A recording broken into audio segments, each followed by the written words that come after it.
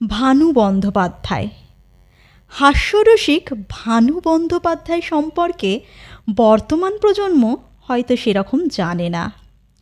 ভারতীয় তথা বাংলা সিনেমার অত্যন্ত জনপ্রিয় অভিনেতা ছিলেন ভানু বন্দ্যোপাধ্যায়। তার আসল নাম সাম্যময় বন্দ্যোপাধ্যায়। হাস্যকৌতুক অভিনেতা হিসেবেই তিনি অধিক জনপ্রিয়তা লাভ করেছিলেন। 1920 সালে ভানু বন্দ্যোপাধ্যায় মুন্সিগঞ্জ জেলার বিক্রমপুরে জন্মগ্রহণ করেছিলেন। ভানু বন্দ্যোপাধ্যায় নীলিমা মুখোপাধ্যায়কে বিবাহ করেন। তার 3 সন্তান ছিলেন: গৌতম বন্দ্যোপাধ্যায়, বাসবী ঘটক বন্দ্যোপাধ্যায় ও পিনাকি বন্দ্যোপাধ্যায়। শোনা যায় কৈশোরে বিপ্লবী দীনেশ গুপ্তের নির্দেশ মতো রিভলভার আর নিষিদ্ধ বই পাচার করতেন ভানু বন্দ্যোপাধ্যায়। তিনি ছিলেন খুদে গুপ্তচর। পরে ব্রিটিশ বিরোধী বিপ্লবী মাস্টারদা সূর্য সেন, অনন্ত সিং এদের সাথে পরিচয়ও হয় বলে জানা যায়। ভানু বন্দ্যোপাধ্যায়ের প্রথম সিনেমা ছিল জাগরণ।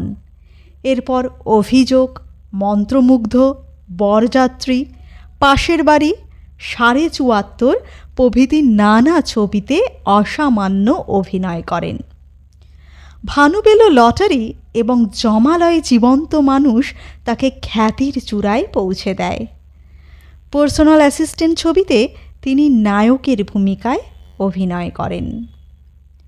1967 সালে মিস প্রিয়ংবদা ছবিতে মহিলা চরিত্র করে তিনি খ্যাতি অর্জন করেছিলেন।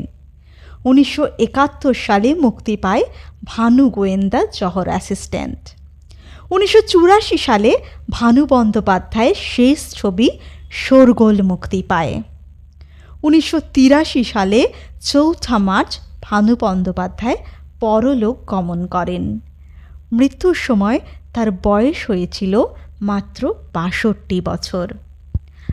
বাংলা চলচ্চিত্রে তার অবদান ছিল অসামান্য, বিশেষ করে হাস্যরসিক অভিনেতা হিসেবে।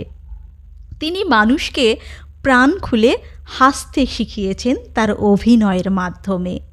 তার সাবলীল অভিনয় তাকে বাংলা সিনেমা জগতের এক উজ্জ্বল নক্ষত্রে পরিণত করেছে। আশা করি আজকের ভিডিওটি আপনাদের ভালো লেগেছে। ভিডিওটি ভালো লাগলে অবশ্যই একটা লাইক করবেন।